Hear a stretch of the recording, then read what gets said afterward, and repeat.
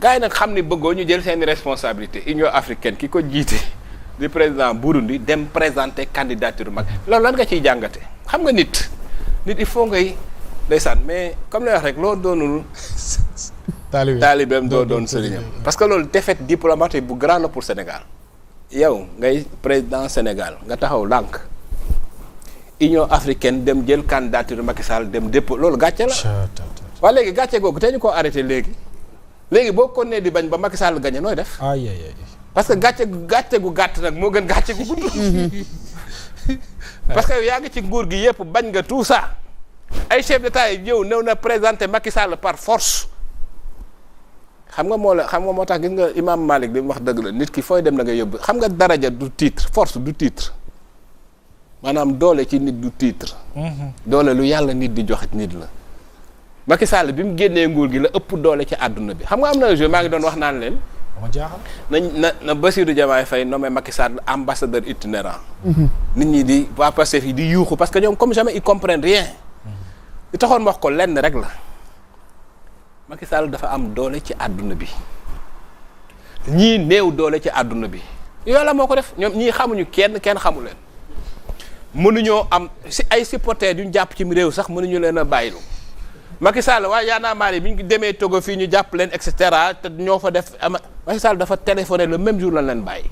donc bokkuñu Macky Sall leen ëpp doole ci àdduna bi loolu yàlla moo ko dogal.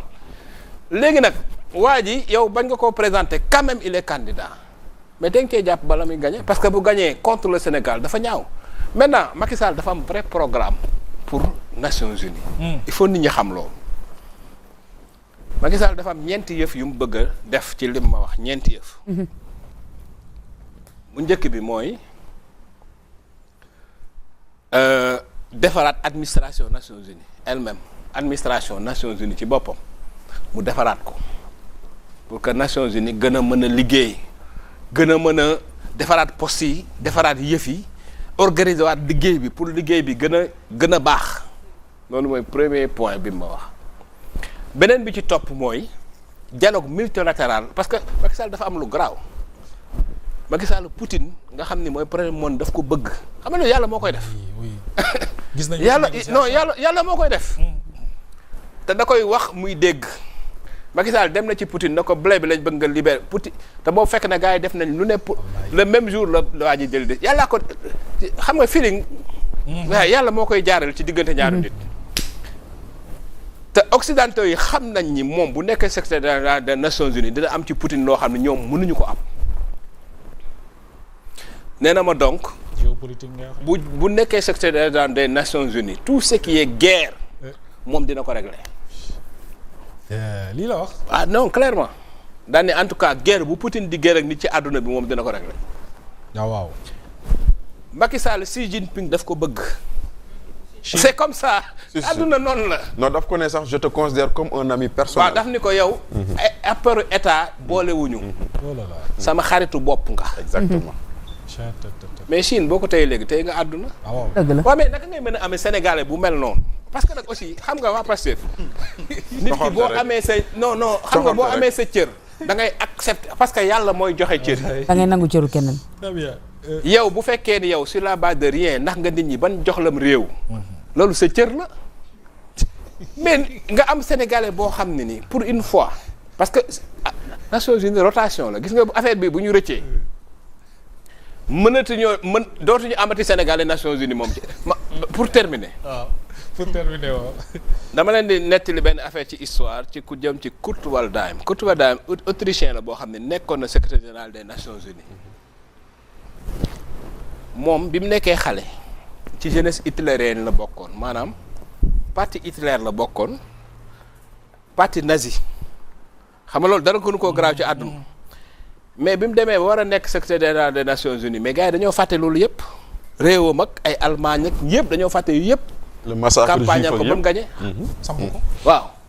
léegi lu tax loolu tubaab yi ñun mënuñu ko et puis Macky Sall lan la fi def lu ñaaw au fait man damaa bëgg a xam c'est-à-dire nee nañ Macky Sall la rey kay mais affaire bi yomb na y a une loi d'amnistie mais xam nga man des fois bu ma déggee ñu naan martyr mais dama naan ñii dañoo yabaate yow gars yi nee nañ taxaw nañ nee nañ li boole Sonko ak Diomaye Faye mooy les martyrs maanaam Sonko dafa bëgg ñu juger leen Diomaye bëggul loolu la wax mais loolu du dëgg parce que Sonko moo yor majorité parlementaire assemblée nationale loi d'amnistie bi moo fi nekk loo xam ne te Sonko def ne woon bëgguñu ko ñoom te buñ ñëwee dañ ko mais dañ ko dindi buñ ko dindee kay yëf yi leer. ñu juger nit ñi Macky a adapté la loi avec moins de députés. mais loo mën a defal ndànk loo mën a faj xam nga laa mënul comprendre mais kuy jooy du nax kuy jooy. déedéet.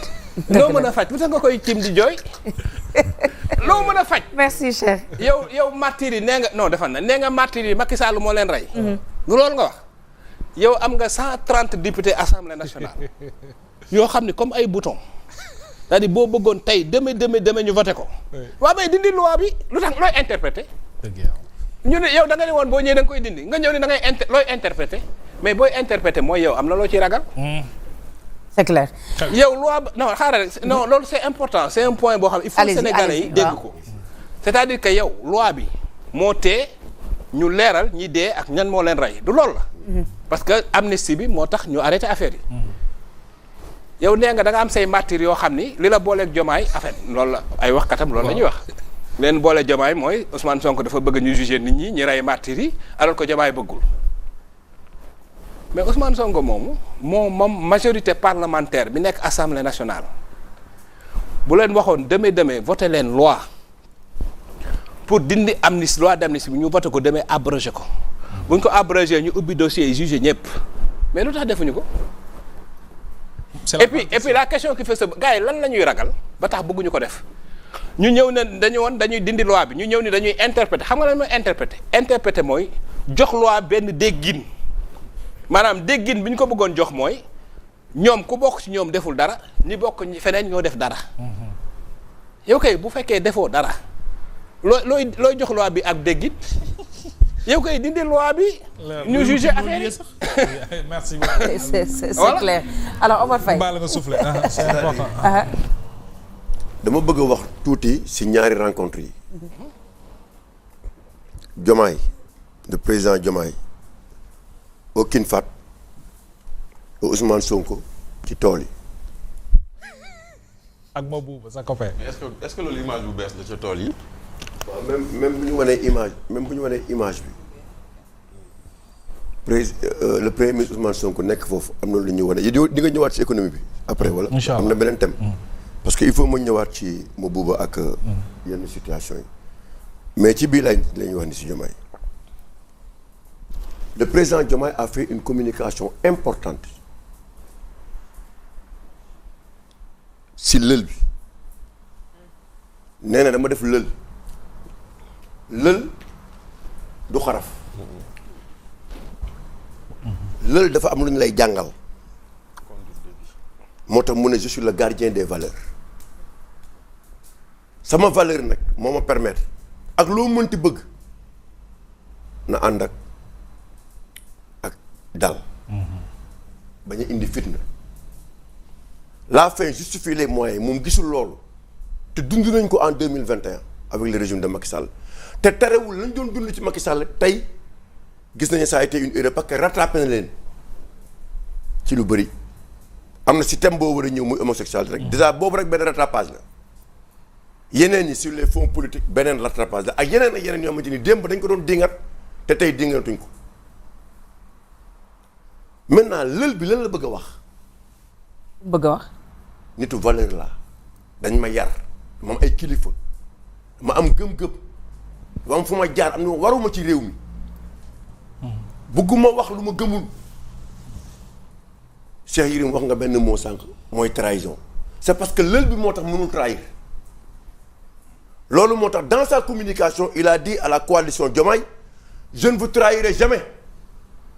c'est parce que kàddoom moo ko jiitu loolu nag dañ ko soxla ci réew mi nit wax loo xamante ne wax nga ko léegi en France si tu boo ñëwee nga indi sa programme teg ko boo jëlee ñaari yoo xamante ni defoo ko sa programme bu subaa duñu la falati dañu sàmm kàddu ñoom mais ñun nag duñu sàmm kàddu dañu lay bëgg rek te yàlla tax te loo wax duñ ko gis loolu tamit loolu du vertu loolu du valeur te Diomaye loolu la bëgg a wax. moo tax mu ne ko def naa lël xaw ma nag ba xam am na ñu def bois sacré parce que entre lël la ak bois sacré parce que ñoom ñaar ku nekk dafa am foo jóge man def naa lël man en tant que séeréer bi yow na joolaa bi xaw ma ba xam def nga bois sacré mais en tout cas lël bi ma def am na vertu yoo xamante ne def nañ ko ci man te loolu laay conduire moo indi